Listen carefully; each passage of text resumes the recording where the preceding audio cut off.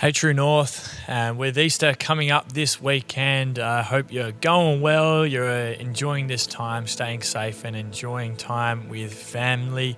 I want to give you a quick thought as it comes to Easter. Obviously, Easter is going to look a little bit different this year, but yet still we can celebrate it. Still, it can be as significant and it can be an awesome moment as a family. So I want to encourage you in that. And a story that always comes to mind when Easter is about, and I think of Jesus, and even probably part of my journey and where it became real is a story where it began towards the end of Jesus' life, right in the Garden of Gethsemane, just after the Last Supper.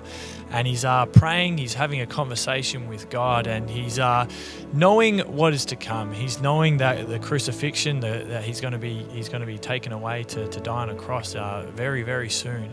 And he's praying and kind of wrestling with what's going on. And he's praying, and there's a particular prayer that he says that actually strikes me a little bit. And he basically says, God, if this is going to be hard, if there's any other way to make this happen, would you make it happen? Would you make that be?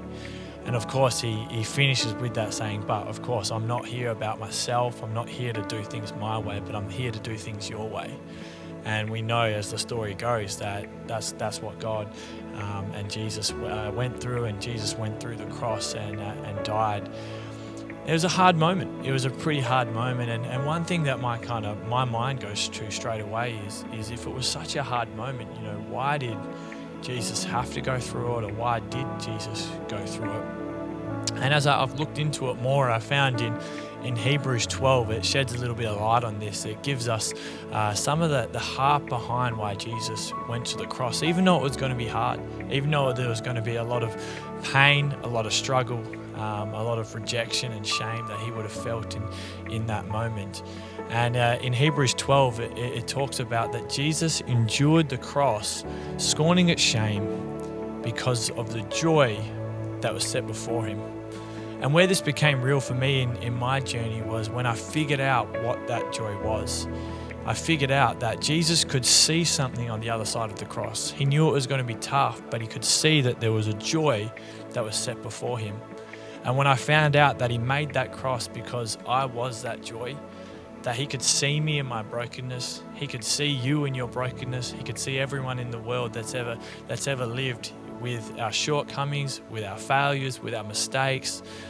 And he could see that on the other side of the cross, him dying for us so that we would have new life, that would bring him great joy. That would bring him a happiness that he could not refuse. And it didn't matter what it took, he was going to go through with it. And I want to encourage you this Easter that whether it's something that is real for you, whether it's something that you just celebrate with your family and enjoy that time and have some Easter eggs, that's great as well. But I want to encourage you that, this is a real thing that Jesus did. Jesus went to the cross. He died for a payment, and paid a debt that we deserve to pay for our sin, for our brokenness.